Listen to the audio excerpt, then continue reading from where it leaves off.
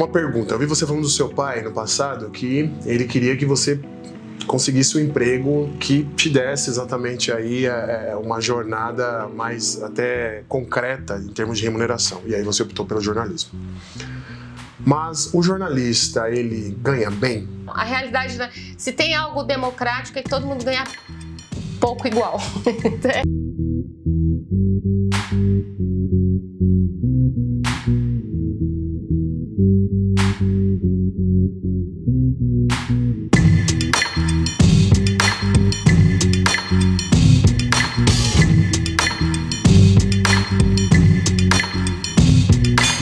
Fala galera, meu nome é Thiago Fidelis, sejam bem-vindos a mais uma edição do canal Dicionário das Profissões. Hoje eu vou bater um papo com a Rosana Ramos, jornalista que atua há mais de 35 anos na profissão.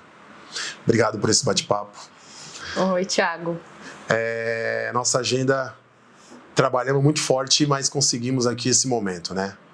Muita persistência para ter rolado, né? Porque foi difícil conciliar as duas agendas. Exato. Rosana, vamos começar, e eu queria começar entendendo como é que você se tornou uma jornalista. Nossa, pergunta complexa, assim, né? Eu posso dizer que já bem novinha, tipo 8 anos, é a minha primeira lembrança de falar eu vou ser jornalista. Porque você sabe que memória é uma coisa também que a gente constrói, né? Então essa é a minha construção, assim, que eu lembro. Eu sou do tempo não gosto de falar que sou do tempo, porque eu sou do tempo presente, assim, eu acho que todo mundo é presente, mas que meu pai conseguiu a muito custo comprar uma TV preto e branco, e logo depois tempos depois conseguiu comprar a colorida. Então quando a televisão era um evento, né, assim, em casa, e aí os primeiros programas, os primeiros telejornais, eu já comecei a me apaixonar. Eu achava, assim, maravilhoso assistir telejornal. E acho que aí eu fui construindo um pouco essa minha identidade. Eu quero fazer isso, eu gosto disso. E é muito maluco, porque assim, eu sempre fui bem tímida, né? Mas eu achava que eu podia fazer aquilo. Então, eu me lembro, assim, bem por volta dos 8 anos, ter essa memória. E depois, foi na própria escola mesmo, assim, né? Estudei a vida inteira em escola pública. E quando eu estava já na antiga, agora é o ensino médio, né? Mas era o colegial. Eu lembro bem, eu tinha uma professora de história que era fantástica.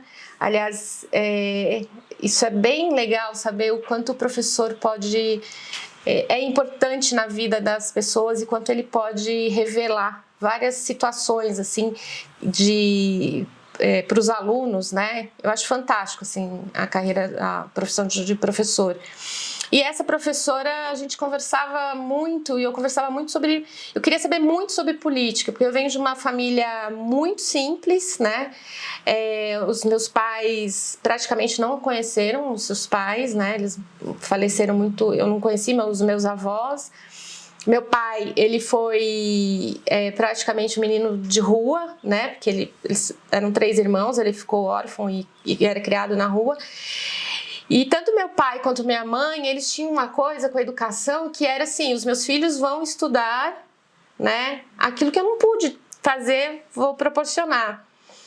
Mas até nesse ambiente que eu vivia, era difícil, assim, eu lia muito, meu pai incentivava muito, minha mãe incentivava muito a leitura, mas a conversa sobre conjuntura, sobre política, sobre o mundo, não era uma coisa presente, né, na minha família. E foi praticamente assim, no colegial que eu comecei a descobrir professores com os quais eu podia conversar sobre essa fantasia para mim que era ir para o mundo, né?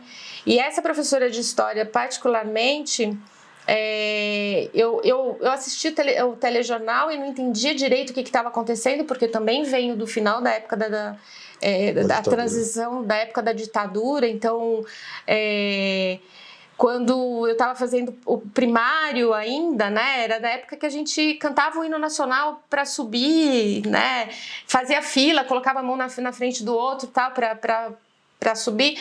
E tudo isso era uma coisa muito estranha para mim, porque ela não fazia um link com a minha história, né, com a minha vida. E aí, com essa professora, eu fui tendo a oportunidade de perguntar tudo o que eu tinha, tudo que eu queria. E aí, assim, hoje, pensando um pouco, foi ali que eu entendi, assim, não, eu quero fazer jornalismo porque eu quero contar a história, eu quero perguntar sobre a história, e a área da política estava mais ou menos já assim na minha cabeça, assim, é isso que eu quero saber. Eu já começava a enxergar as contradições, né? Quer dizer, eu via várias famílias muito simples e outras famílias que, imagina, tinham tudo.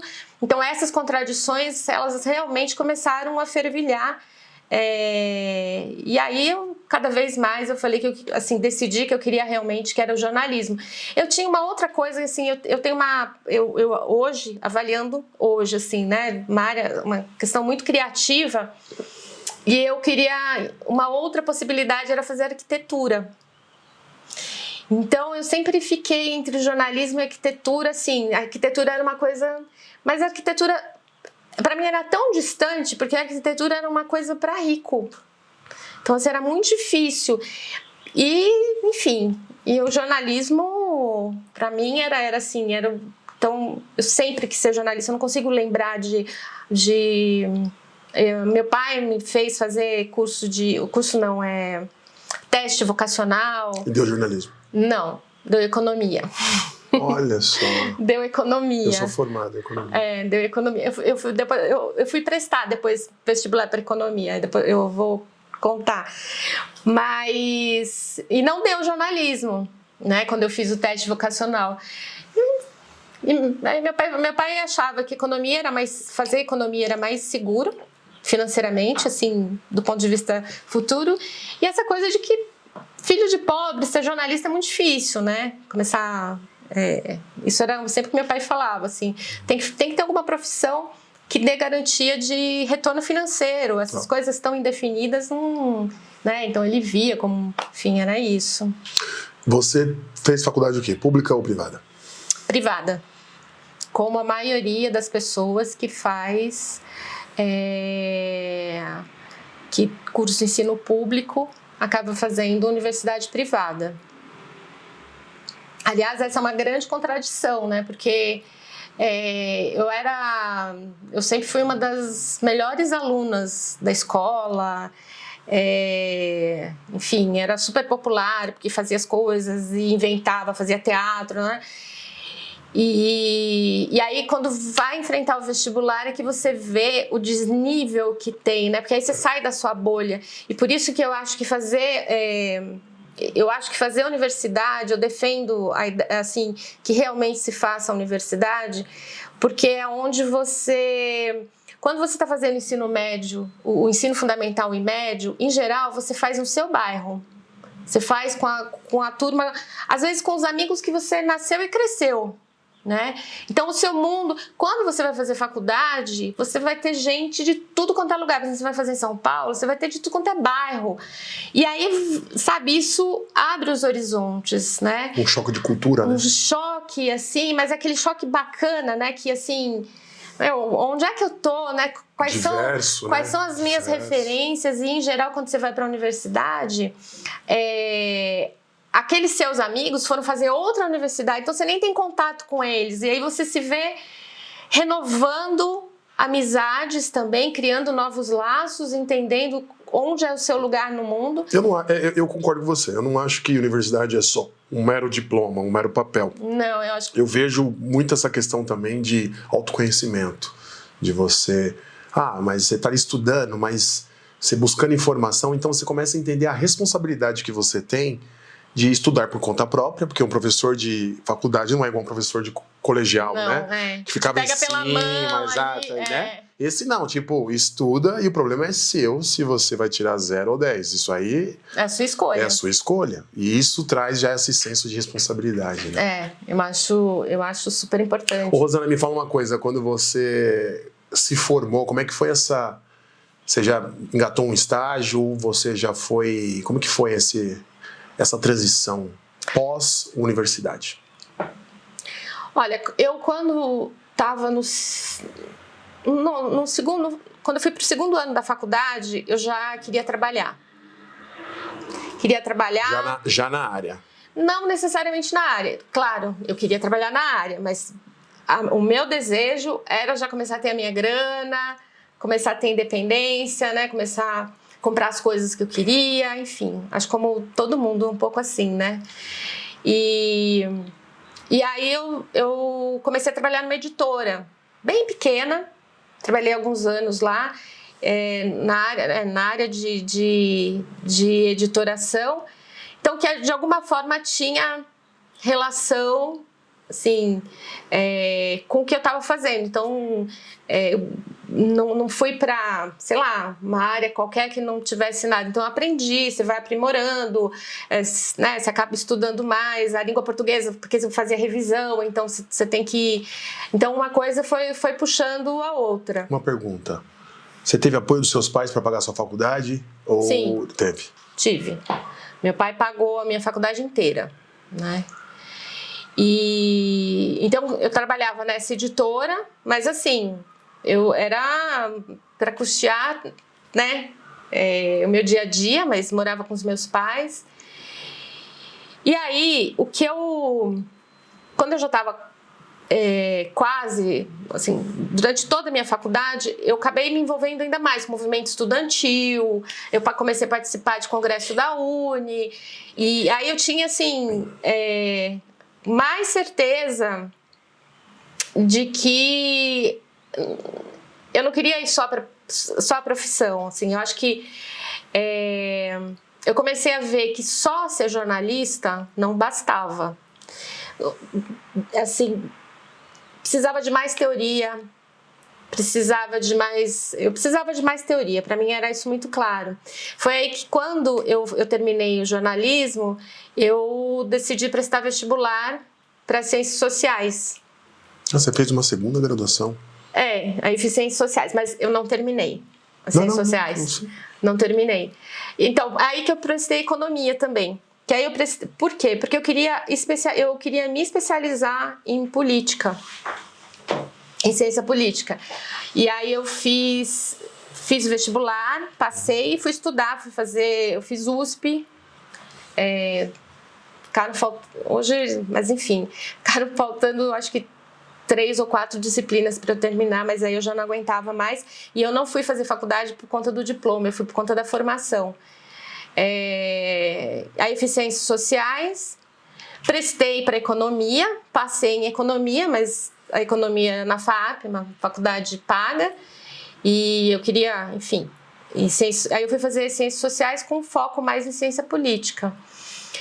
E eu permaneci nessa editora e eu fiz iniciação científica, depois eu fiz aperfeiçoamento científico. Eu fiquei muito tempo na universidade ainda, depois de formada em jornalismo. Então eu fiz alguns bicos, fui trabalhar em alguns jornais pequenos, e quando eu já estava na metade da faculdade de Ciências Sociais, foi que aí realmente eu comecei a enveredar mesmo pelo jornalismo, né? Então trabalhei pouco tempo, mas trabalhei na Folha de São Paulo, foi muito pouco. Trabalhei um tempinho na fundação, no Centro Paula Souza, que é o centro que coordena todas as FATECs, né, e as ETECs do estado de São Paulo. Depois trabalhei um tempo também, muito pouco, no Diário Popular, que era um jornal que existia, né, que não tem mais. E aí comecei a trabalhar mais na área política mesmo, assim, né, trabalhar fazendo freela, trabalhando em jornal sindical, e aí foi. Me conta uma coisa, entendendo um pouco das vertentes, né, que existe do jornalismo. Como você acabou de citar aqui, existe o lado da redação. Muitos que nos assistem também talvez tenham a referência do jornalista sentado numa bancada de televisão ou segurando um microfone na rua. Quais são as outras vertentes do jornalismo que ela abrange? Então, assim, hoje é bem amplo e mudou muito, né? A profissão mudou muito. Mas, grosso modo, assim, quando eu me formei, é o que também todo mundo pouco conhece, né? Então, assim, você tem uma redação de jornal, você vai para a área de texto, né? Então, você vai ser repórter, por exemplo, você pode ser repórter de texto, aquele repórter que vai para a rua e quando volta faz a matéria, né? E aí você, dentro do jornal, você tem uma espécie de, enfim, você tem carreiras, né? Então você tem de funções, digamos assim, né? Então você tem o repórter, que é aquele que vai para a rua ou que apura a matéria, você tem um editor, né? Que vai pegar todas as matérias e fazer a edição. Isso em texto. Na TV também é bem parecido, né? Você tem desde os repórteres, né? Como você tem os âncoras, né? Os apresentadores, e você também tem os editores. Isso, com o advento da internet, começa a mudar bastante também o perfil inclusive da categoria de jornalistas, né? Porque, embora o diploma sempre foi exigido, as empresas não cumpriam, mas tinha a exigência do diploma. Existe algum conselho? Que nem existe de medicina ou que nem a OAB? Tem a federação, tem a FENAD. Existe uma obrigatoriedade de quem pensa em atuar no jornalismo tem que ter esse... Não tem mais. Não, né? A questão, assim, hoje, na prática mesmo, o diploma não faz diferença para a contratação. E isso já tem um bom tempo, né? Já tem algumas décadas aí, que é uma luta histórica da categoria dos jornalistas, né? Uma luta de defesa da categoria. Eu engrossei participei também dessa luta sindical, que é pela garantia da exigência do diploma como garantia de postura na profissão mesmo, né? Mas a realidade hoje não é essa, né? E isso tem muito a ver com o advento da própria produção, né? Quer dizer, se as empresas antes já não exigiam não exigiam e começaram a contratar por preferência, digamos assim, né? Sem o diploma, com a internet, com as redes sociais, aí, né? Que a coisa...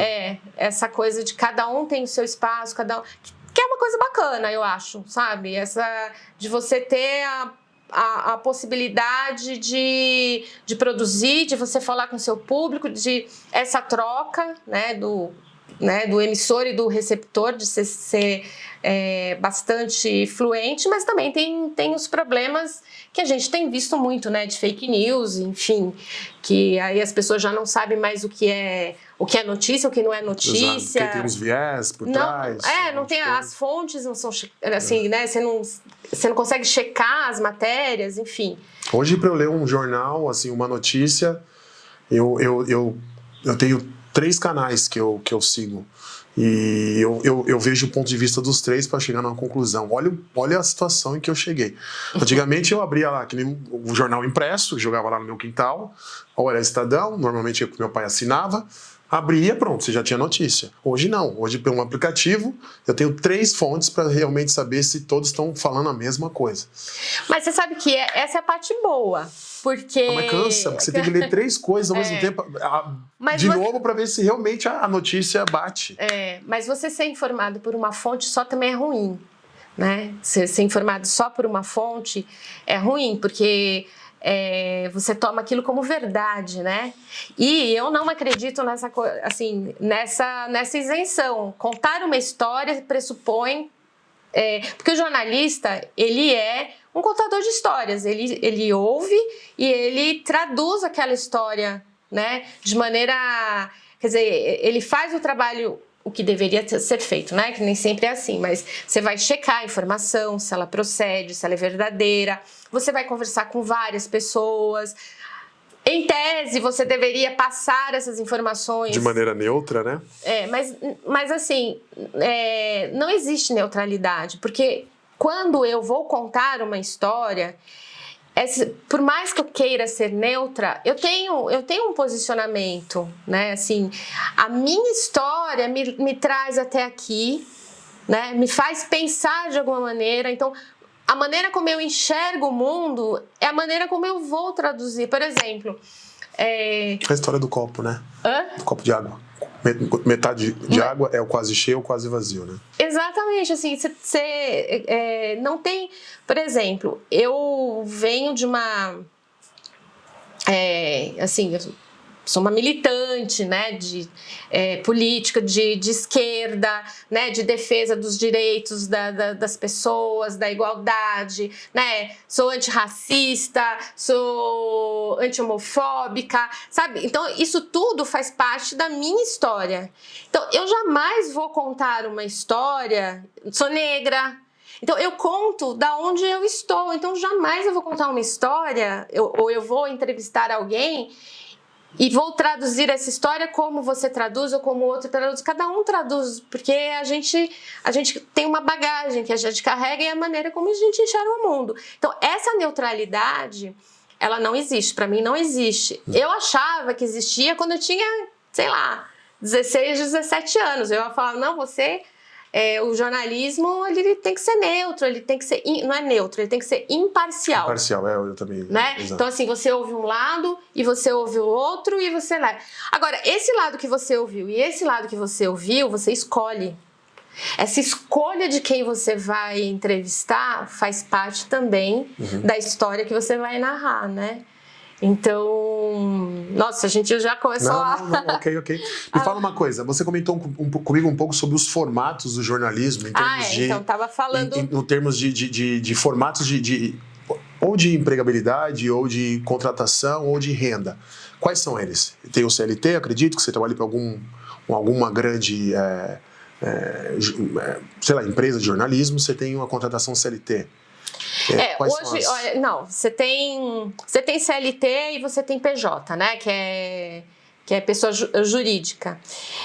O que a gente já vê há décadas... Existe um piso, né, do jornalismo? Existe, tem piso pelos sindicatos. Mas é isso, assim, nem o piso, ele é seguido pelas empresas ou pela contratação, mesmo o piso mínimo, não, isso nunca... Para falar a verdade, isso nunca existiu. Não.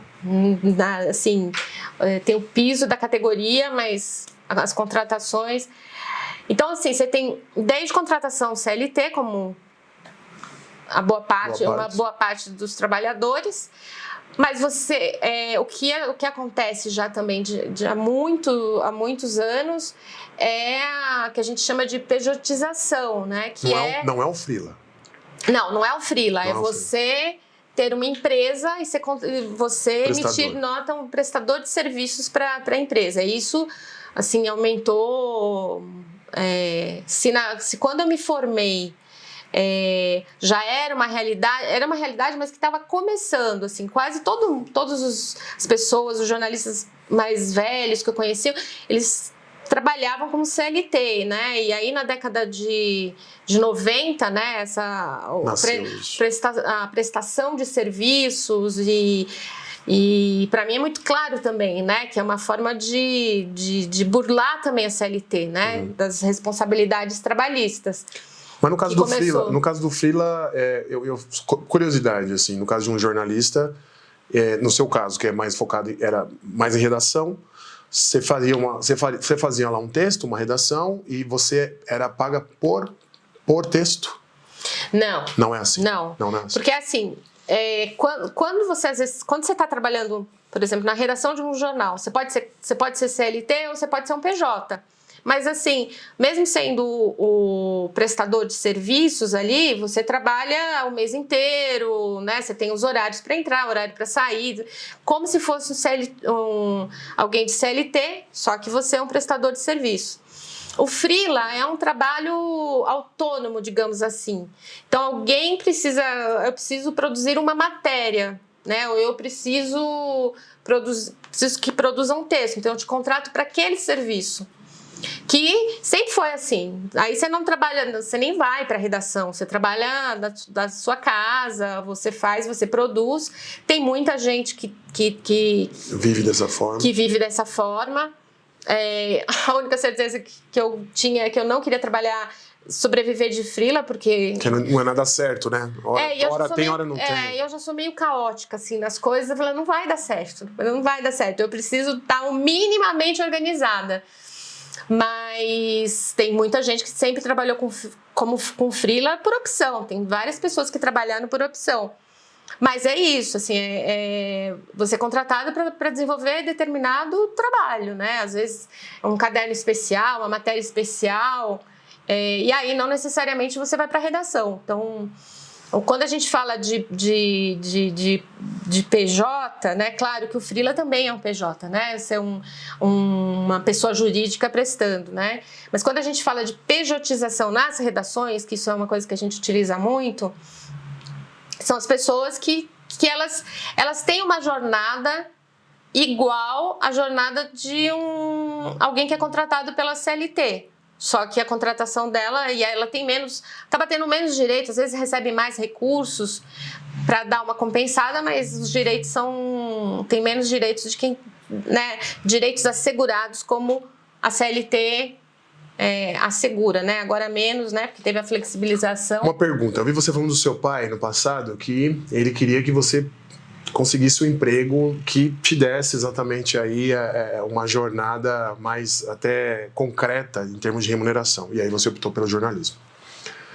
Mas o jornalista, ele ganha bem? Ele é uma profissão democrática, assim, acessível? Porque isso a gente pensa não só de quem é de periferia, mas também de quem é de um berço mais nobre. Então, como que é o jornalismo para esses dois lados aí da moeda? É que assim, né? Não vou usar o William Bonner como referência, que eu vi que recentemente renovou lá o contrato com a Rede Globo, porque aí é muito fora da curva. Mas queria saber aqui essa grande população do jornalismo, que é a realidade da maioria. Não, a realidade...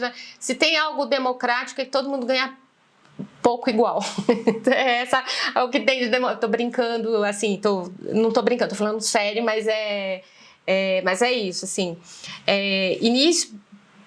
Olha, para os jornalistas iniciantes ou enfim, os salários em geral são baixos.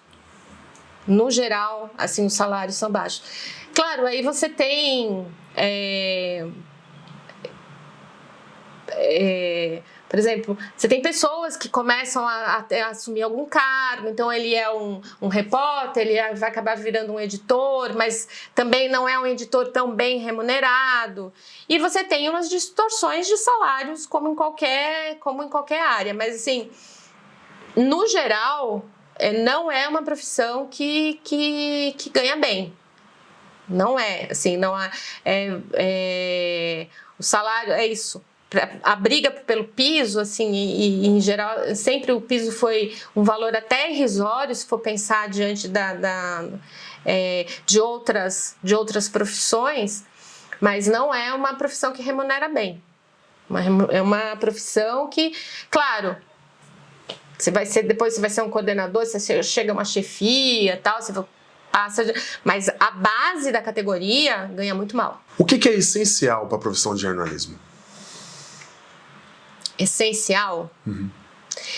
Eu acho que é uma formação contínua. É uma formação contínua, é muita leitura.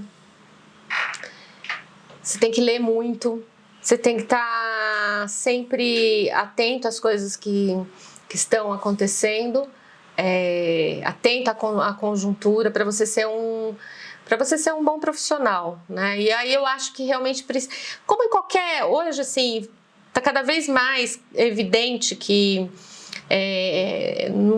a formação contínua é o caminho para qualquer coisa. Você precisa continuar estudando, se formando. Agora, eu acho que para um jornalista, para um bom jornalista, ele precisa manter a formação, assim, seja com leituras, seja quem é da área de cultura tendo acesso a bons filmes, a revistas de qualidade. Eu acho que é isso, assim, porque é essencial, né? Porque o que a gente transmite, o conhecimento que a gente transmite ou a notícia que a gente transmite, ela exige que você tenha domínio daquilo que você está falando, né? Eu não consigo ver um profissional que escreva alguma coisa sem ter o menor domínio ou sem ter conhecimento daquilo que ele está falando, né? Porque, afinal de contas, a gente está falando sobre informação.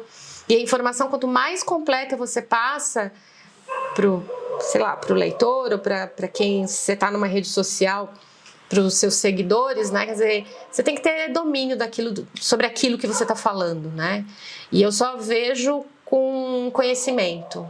Empreendedorismo, ele é muito comum na sua profissão? Digo isso porque eu já vi alguns movimentos de jornalistas, não necessariamente jornalistas, mas pessoas que normalmente eu vejo que têm uma formação de jornalismo e ele se especializa num tipo de conteúdo, num tipo de pauta ou algum assunto, onde ele tem até um blog ou às vezes coisas do tipo.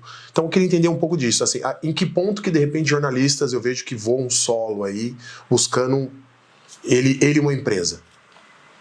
Então, eu acho que empreendedorismo é uma falácia no país. Uhum. O que eu acho? Por que eu digo que é uma falácia? Porque é uma maneira... eu não sou contra o empreendedorismo. Eu sou contra falar que o que nós temos assim, que vendem pelo menos que o que nós temos é empreendedorismo. Uhum. Por quê? Em realidade, o que acaba acontecendo não é o desejo das pessoas de empreenderem. Claro, você tem uma boa parcela da população que o sonho é empreender. Eu não sou contra essas pessoas e nem contra esse movimento das pessoas que querem fazer. Mas se a gente for pegar uma realidade, eu vou fugir um pouquinho, se você me permitir, só para fazer uma comparação. Durante a nossa crise, né, agora, assim, então você fala, todo mundo quer empreender, tem as mulheres que estão empreendendo, imagina a pessoa começou a vender um bolo e está empreendendo. Vender um bolo não é empreender no sentido de você constituir empresa. Na maior parte das vezes, essa pessoa está sobrevivendo. É a maneira que ela encontra de sobreviver, porque não tem mercado de trabalho, Concordo. Não tem vaga, e aí ela tem que sobreviver. Se inventar. Entendeu? Né? Ela tem que se reinventar. Então, assim, a quantidade de gente que vende comida, porque comida é uma coisa que vende, então as pessoas sobrevivem. Agora, se for conversar realmente com essas pessoas, assim, o sonho é ter uma empresa? Não necessariamente. Eu nunca quis ter uma empresa. Nunca tive o sonho de consumo de ter uma empresa, como muita gente não tem um sonho de ter uma empresa. Agora, você entra no mercado que você não tem vaga, ou que você é tão explorado por esse mercado que o que sobra para você é tentar se constituir, achar um caminho que é muito solitário e que, inclusive, fragiliza muito o mercado de trabalho. A especialização no jornalismo, né, ela sempre existiu e existe. Então, quando você fala, é isso. Então, por exemplo, em geral, quando você tem pessoas que acabam... Então, você vai ter, assim, um jornalista especializado em cultura, eu sou especializada em política, você vai ter gente que é especializado em economia e, às vezes, trabalha numa empresa, quando sai da empresa, continua fazendo trabalhos nessa área que acabou se especializando. Porque, de uma maneira geral, o jornalismo, ele é meio generalista, né? Então, quando você tem opinião sobre tudo, você fala sobre tudo, eu acho que você não está falando sobre nada, né? Porque é impossível você dar conta com... uma coisa é você fazer uma reportagem, que você vai, colhe as informações e traduz aquilo numa... né? A outra coisa é a capacidade de você gerar conhecimento, de você criar conhecimento. Quanto mais especializado você tiver, melhor você fala sobre aquele assunto, né? Então tem essas especializações e sempre houve, assim, né? Nos jornais você tem as editorias, mesmo com as redes sociais, assim, o formato hoje em dia também. Por exemplo, se a gente vai pegar sobre como você faz qualquer curso, né? Sobre como gerar engajamento, né? Por exemplo, no Instagram, você vai ver que sempre tem editoria. Segunda-feira a gente fala disso, terça a gente fala daquilo, né? Então você cria. É a mesma coisa do jornalismo, são as editorias, né? Um pouco você vai especializando. Claro que tem espaço para todo mundo e eu tô falando mais de quem trabalha mesmo com jornalismo produzindo informação, sim, né? Sim, não estou falando só de influencers, enfim, né? Idioma tem peso na profissão? Muito, muito, muito. Como qualquer profissão. Muito. Quando eu me formei, tinha peso, mas não era tão forte como... Não vou falar como hoje, né? Porque assim, como, sei lá, uns 20 anos, uns quase 30 anos, assim, tem muito peso, né? Porque, inclusive com o advento da internet, né? Então você tem muita informação de fora que você precisa traduzir, você precisa ler, a relação também, né? Que você estabelece com outros países. Então, muito artigo, hoje, né, também. Hoje, se você não tiver minimamente assim domínio, né, da língua inglesa, já fica difícil para trabalhar. Se você pegar qualquer anúncio para contratação, e aí não é só no jornalismo, né? Em todas as profissões. Se você ter uma segunda língua, isso hoje abre portas. Isso assim, é o mínimo, né? Mandatório, né? Isso é o mínimo que se exige para contratação. Tem uma pergunta que eu gosto de fazer para as pessoas que eu bato um papo aqui, que quando você faz a graduação, é a teoria. Após isso, depois quando você entra na prática, aí é a prática. O que não te contaram na graduação, que na prática, quando você vê, você fala, que você acha interessante aqui, quem nos assiste saber? É que eu acho que assim... Você acha que rola alguma coisa entre ficção e realidade? Não, acho que não é ficção e realidade. É que eu acho que são espaços muito diferentes.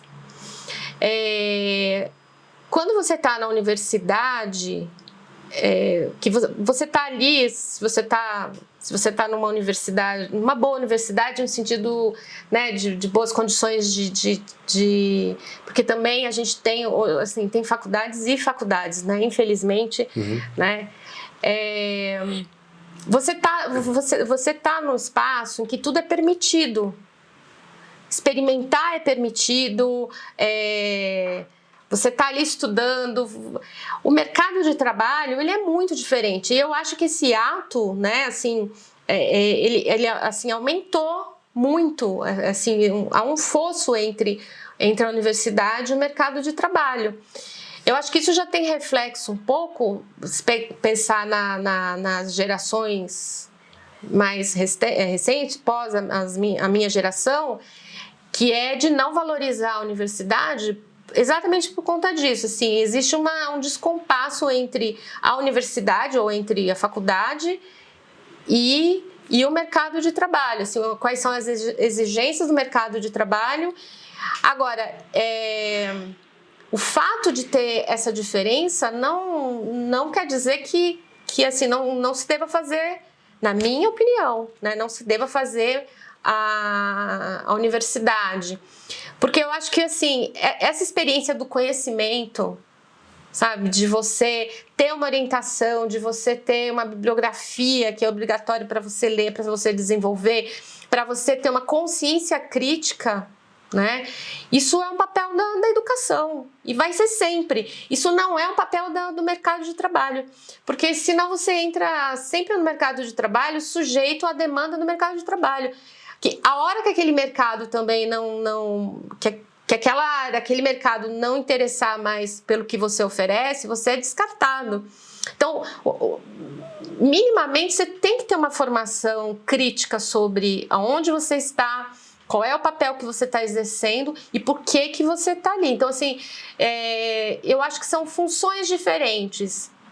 Aí achar que não precisa mais da universidade, que só o mercado de trabalho dá conta, né? Porque é um pouco isso, assim, tem uma grande parte da juventude hoje, né?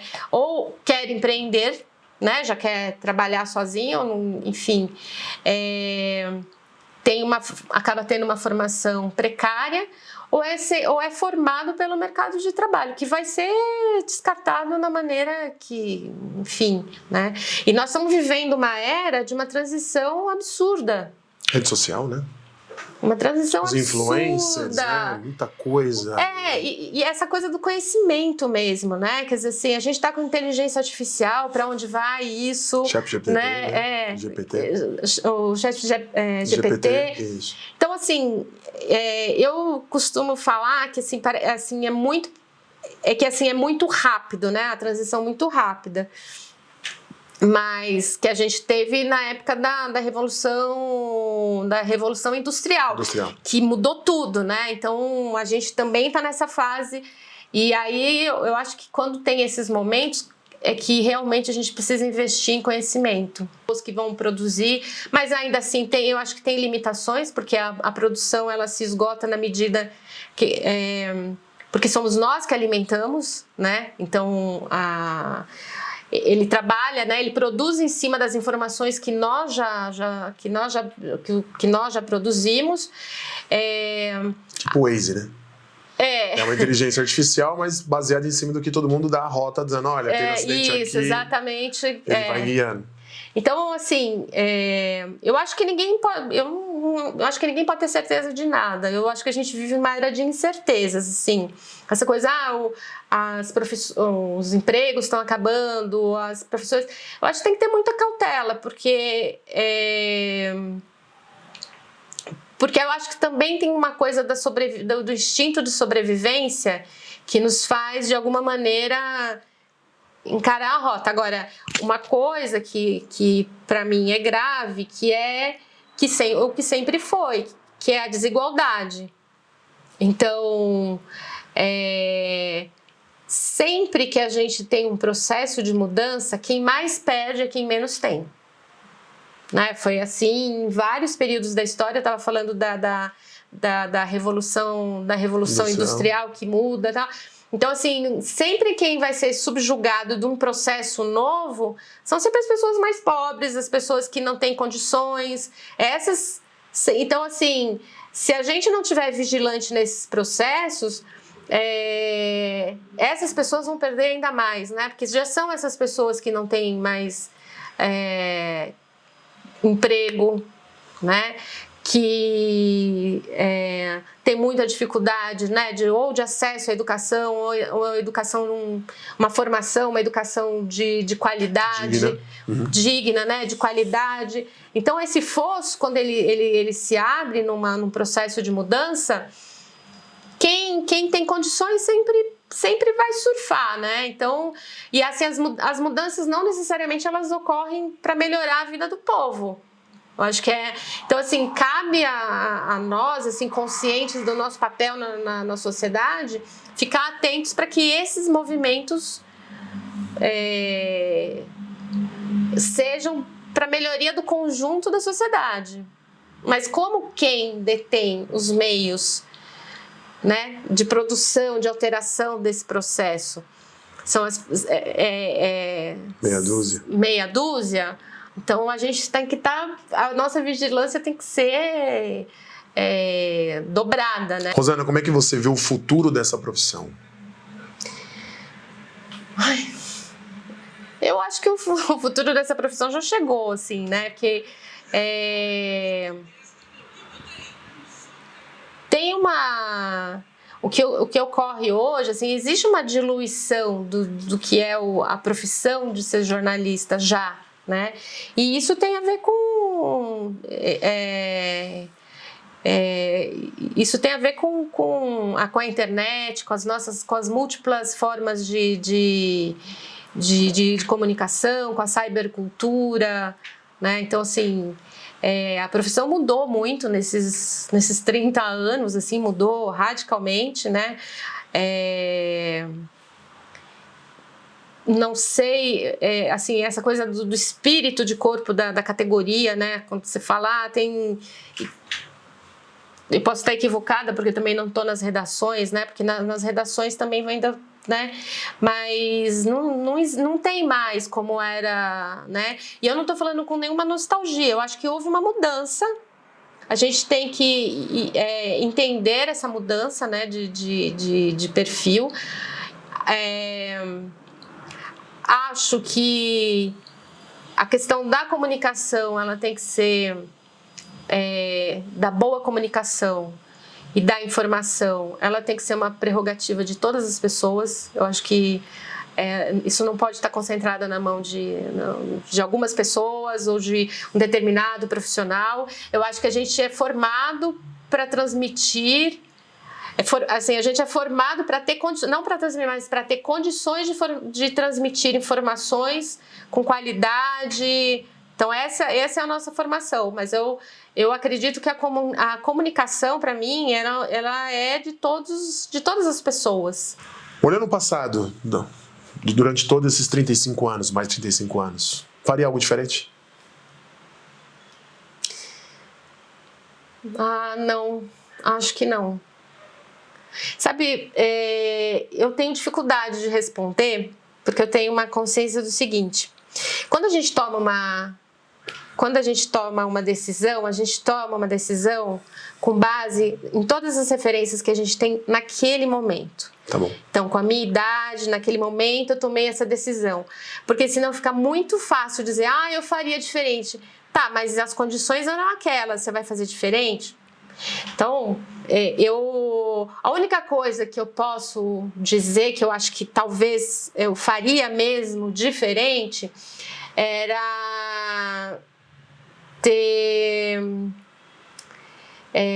eu não sei, assim, eu acho que eu teria ficado mais na carreira acadêmica. Isso acho que talvez eu faria diferente. Mas isso forçando muito, porque eu sei que eu tomei uma decisão lá que não era aquilo que eu queria, com base em tudo que eu estava fazendo, né? Então, e eu tenho eu tenho essa coisa, essa expectativa, não, esse balanço bem positivo, sabe? As coisas não foram fáceis, mas quando eu olho para trás, assim, eu acho que eu fiz muito além até do que eu imaginava que um dia eu fosse fazer. Parabéns. Obrigada. Pra gente fechar, queria então que você deixasse aqui uma mensagem para quem nos assiste. Uma mensagem, eu acho que a única coisa, assim, são duas coisas que eu bati muito aqui, que eu acho que é a questão do conhecimento, acho que é a questão da formação, que é fundamental, seja em qual área, e a outra coisa é fazer o que gosta. Fazer o que gosta, aquilo, porque quando você faz o que gosta, eu sei que não é fácil para todo mundo fazer o que gosta. Porque, infelizmente, a vida não é igual para todos, nem todos têm as mesmas condições, né? Então, não é fácil. Mas fazer o que gosta faz com que você acorde de manhã e você levante, você tenha gana de fazer alguma coisa, de aprender, de estudar mais, de ter curiosidade. Acho que precisa ter muita curiosidade sobre as coisas, né? Então, eu acho que é isso, sim, é fazer o que gosta, correr atrás e estudar muito. E não é estudar só para ser contratado, tá? Eu acho que sendo contratado ou não, você tem que dirigir a sua vida, você tem que ter uma consciência crítica sobre o que você está vivendo, né? Sobre o mundo que você está vivendo. Eu acho que é isso. Obrigado. Adorei esse bate-papo que eu tive com você. Eu também gostei bastante. Bem rico de informações, assim, é legal de falar, assim, porque você explora exatamente todos os pontos e vertentes. Obrigada, assim, eu gostei bastante. Espero que também, de alguma maneira, ajude, nem que seja uma pessoa que esteja assistindo. Legal. A gente acho que tem que comemorar, sabe? E a ideia do canal é essa, tá? É compartilhar o quê? Conhecimento, compartilhar vivências, experiências para quem nos assiste, para que de alguma maneira a gente impacte alguém aqui e ajude essa pessoa. Eu acho isso. Se a gente impactar uma pessoa, a gente já tem que comemorar. Opa, sempre. Espero que vocês tenham gostado. Bati um papo aqui com a Rosana, jornalista, expert aqui no assunto. Obrigado mesmo por esse bate-papo. Essa agenda aqui custou, mas chegou, né? Mas chegou, foi muito legal. Quero compartilhar aqui e pedir para vocês falar sobre o meu Instagram, Thiago com 2 S lá no final, onde a gente faz aqui um bate-bola, me segue lá. E vou pedir para vocês também se inscreverem aqui no canal, comentar, compartilhar, curtir esse bate-papo aqui excelente que eu tive com a Rosana. Obrigado, viu? Obrigada, eu que agradeço, viu, Thiago? Valeu, gente. Tchau, tchau. É isso. Poxa. Isso porque você falou que atua do lado de trás das câmeras. Que é isso, você estava tão à vontade aqui que a gente ia conversar aqui por mais uns 2 dias, pelo menos. Olha que a gente conversa, hein?